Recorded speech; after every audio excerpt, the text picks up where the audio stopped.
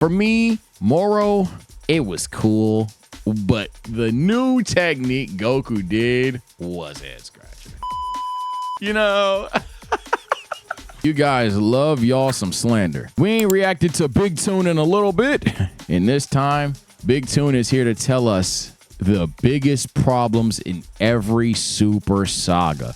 Ladies and gentlemen, do you like Dragon Ball Super? This guy hates it.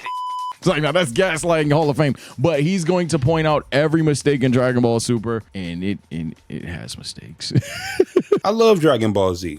Dragon Ball Super is a different story. In my last video, I broke down my Do you guys like Super? Chat, yes or no? Do you like Dragon Ball Super? Mid, no, yes, aight, yes, better than GT. Why the hell do y'all keep doing that? This GT Super rivalry. Explaining Dragon Ball Z was easy. 4 major sagas, 4 major problems. But for Dragon Ball Super, not only are there more than 4 major sagas, but there are also 2 different versions of the story up until a certain point. And I'm not going to skip over any of it. So it's only right that I start from the beginning with the Battle of Gods saga. Okay. Now, if you've been watching me for a while, then you know that Battle of Gods is my favorite Dragon Ball movie of all time. I think it's an interesting story. And that gets the like. I love that movie, boy. I'm gonna tell you now. Battle of Gods, when we on this movie tear, my favorite reaction still, yo, I love Battle of Gods, bro. I don't know if that's my king. Tier list is coming real soon. I love that movie. I love that movie, bro. It's funny. That's the best part about this fucking movie. The action scenes are good. The plot is simple and straightforward, but it's fucking hilarious the entire time. They did an excellent job of ushering in the modern era of Dragon Ball. Yep. The story of Battle of Gods was told 3 times. In the movie, in the anime, and in the manga. The manga's adaptation is only 4 chapters and serves as more of a recap than actually adding anything on to the Battle of Gods story or any of its characters. We get to see some really cool panels, but that's about it. Now, the anime is a different story. By no means do I think the anime adaptation was bad. My only gripe is that for the Battle of Gods movie, there's— Hold on, you had to lie. That shit sucks. Oh, no. Come here. That anime shit was ass. Yo, the amount of times they like punched each other fist to fist, and it made that annoying ass screech. If they do this like 2 more times, it's like Scoob, the whole universe is gonna break. That was awful. And then all along, oh, we're just fucking around, dude. Of course we're not gonna rip the universe out. Come on, bro. Man, shut up. That was awful. There's a section where the cast is just enjoying the party with beers. There's a good amount of jokes and funny moments, and in the movie that may have been 10 minutes of screen time. That same section was too long in the anime, but outside of the pacing, I don't have any problems. The story is essentially the same as the movie, so I don't have any problems there either. The anime adaptation of Battle of Gods is often grouped in with the Resurrection of F saga in terms of being movie retellings. However, the Resurrection of F anime adaptation is significantly worse. I'm already not a fan of the movie. So in order for— so he didn't have an issue. He didn't have an issue with the Battle of Gods thing. I think that's a miss. I think the Battle of Gods, the animation, my God. I mean, hey, chat, I'm not Mr. Pencil. I am not literally the artist, okay? Y'all know DBS episode 5, bro. Yo, do we not remember this? So for me, Dragon Ball Super Battle of Gods, yes, it's the original story. Yes, there's a reason as to why, but at the end of the day, animation was bad, and I even think the retelling was bad too. I don't like a lot of a lot of that Beerus Goku fight was not enjoyable for me. As annoying and as sad as that sounds, I really could have just skipped the entire fucking fight and I'd have been fine. For me to enjoy an anime adaptation, there would have to be some sort of added value to the overall story. Unfortunately, that is not the case. Oh, not With at the all. Battle of Gods anime adaptation, we get a more clear gauge of Goku and Beerus' power, and the story expanded on Beerus' character. You can make an argument that due to the horrible pacing and animation, the anime's version of Resurrection of F diminishes the overall opinions on the movie as a whole. It is just bad. No 2 ways around it. The saga was a shameless cash grab, and that is the biggest problem I have with it. Just because the villain is Frieza, the most iconic villain in the franchise, Toei thought it made good business sense to terribly reanimate the movie. And I don't know the actual numbers, but it probably did make the company a lot of money. Fortunately for manga-only fans, Toyotaro could see that retelling this story did not need to happen and decided to skip over it entirely.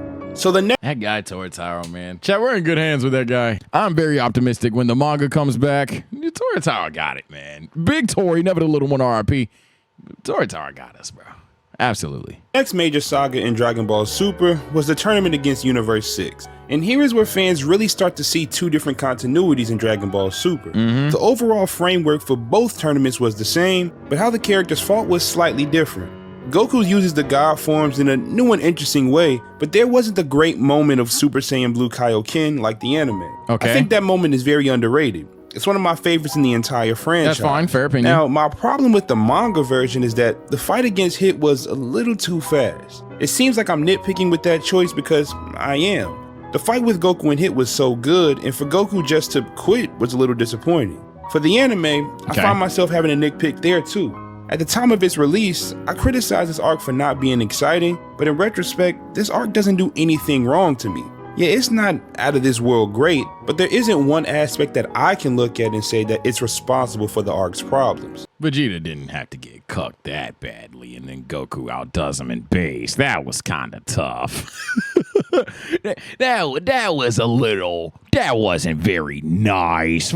For fucking Vegeta to just one-tapped in blue and then Goku in base to start blocking and shit, as a Goku stan, that was a little crazy. The Goku Black saga, the Zero Mortals plan, I don't really care what you call this arc. What I do know is that now I have to do two breakdowns because the manga and anime versions are vastly different. Yeah. For the anime, the most glaring issue was Trunks. He's a fan favorite, and even I was excited to see him come back into the story. Oh my God, thank you. Oh my God, Toon, thank you. What the fuck, thank you. I'm not doing a bit. I do not hate Trunks, but this arc highlighted like every issue that I do have with Trunks as a character. Trunks of all the Dragon Ball characters, I would make the argument, let alone could make the argument.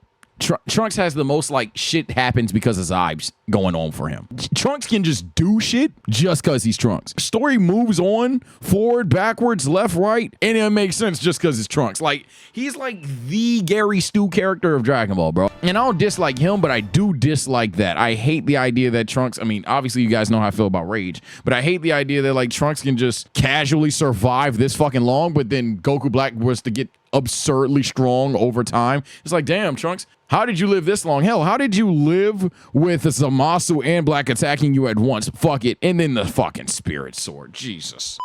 And I think his introduction and just the overall exposition of this saga was executed well. Episode 47 intro is one of the best in Dragon Ball Super. The tone of the series shifted so drastically and for the better, in my opinion. Excellent. But Trunks' power at a certain point was too convoluted to ignore. When he first came back to the past, Super Saiyan 2 Trunks had a clear place in the pecking order. Right. From how he ran away from him, he was clearly weaker than Goku Black, and obviously weaker than Goku and Vegeta. Right. But after he does this, it's hard to tell exactly where he stands. I think it's still reasonable to assume that he was weaker than Goku, Vegeta, and Goku Black, but by how much? Was he like Super Saiyan 3 level, Super Saiyan God level, somewhere in between? It was just hard to determine. At one point, he's clearly significantly weaker than Black, but then has moments where he overwhelms Black, and to top it all off, he's the one to destroy Zamasu's body. I hate TSO for this shit, bro. Exactly why this happened to Trunks either. Super Saiyan Rage? Wasn't Super Saiyan initially unlocked through Fury? Why did Trunks get this unique form with this blue aura? To me, it was a lazy way to power up a fan favorite character so he could have some memorable moments.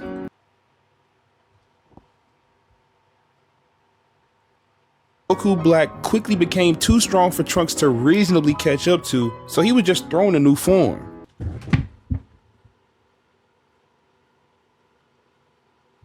I've been saying this shit for months. I've been saying this shit for months! Okay with it if we ever got in a real training session between Vegeta and Trunks and not just a one-off of them outside. But we didn't. That's another thing. Whenever I be making fun of y'all theories, one person's theory, it's in the video, I'm not making this up. One person's theory was he got God Ki, not from training with the Kais and the sword breaking versus not breaking, not from it's a different timeline. One motherfucker argued that when Vegeta beat Trunks up, he gained God Ki, absorbed it, and it came back out. Now the manga is different. I prefer the manga version up to a certain point.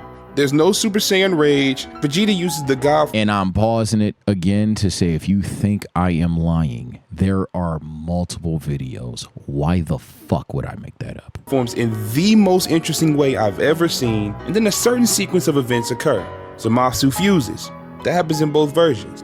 Goku and Vegeta fuse. That happens in both versions. They unfuse.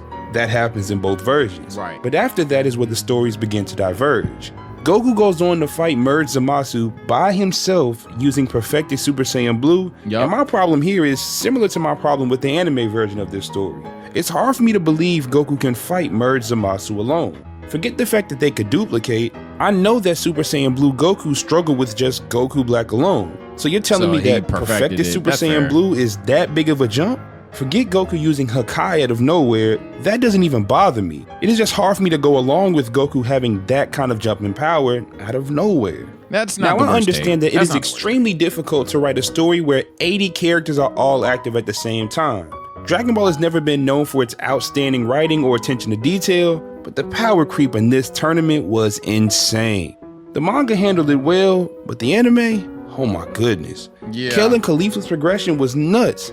Goku and actually every Saiyan in the tournament was progressing too fast. 48. Yeah, as hype as shit was, that's it. That's literally it. Everyone just gets stupid strong in these 48 minutes. And which is kind of crazy, because then you would make you think of all the fights that have ever happened ever. Damn, if they progressed this fucking fast, nobody would have been a fucking threat. Could you imagine if Goku got this absurdly stronger over time when he was fighting Cell? Oh my God, nigga. He would have found Super Saiyan 2. Can you imagine if against Frieza, Vegeta boxing up, let alone spamming the Zenkais, was the right way to go? Now, obviously, you could easily argue either A, headcanon-y something with God Key, or B, what I would argue is experience. Absolutely, for sure. But at the end of the day, nah, these niggas got dumb strong quick. And mind you, I named Goku and Vegeta. I didn't talk about KO. I didn't talk about Kaba. I didn't talk about Caulifla, especially Caulifla. I didn't talk about Gohan or anything like that. Most of these Saiyans just out of nowhere on timing. 8 minutes. That's all we were given for this tournament of power.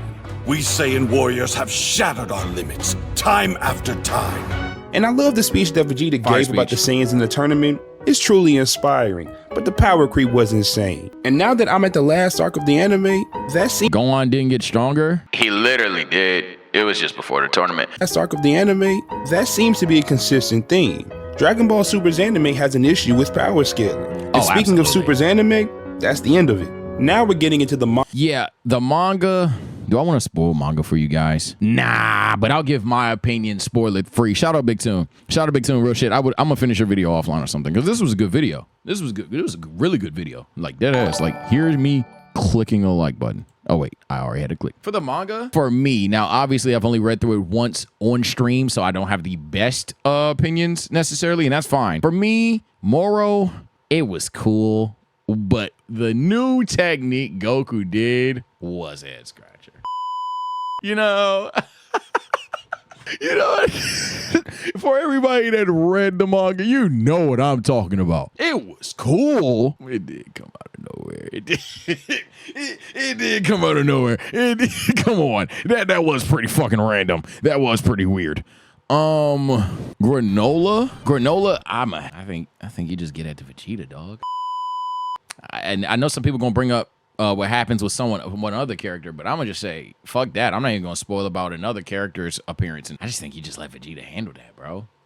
I think at some point too many chefs tried to cook. I literally think you just let Vegeta win those, and then if you have to do the things you do with Gas, that's fine. I think Gas was handled okay, but damn, bro, you could have just had Vegeta win that. Vegeta win those. But let me know your thoughts. I'm not gonna spoil Super. I know a lot of people in my chat have already seen it, but some people don't read manga, nigga, and I am not one of you manga niggas that spoil the experience for everybody. Take care, stay blessed. I'll see you next time. And we will be addressing Dragon Ball Z.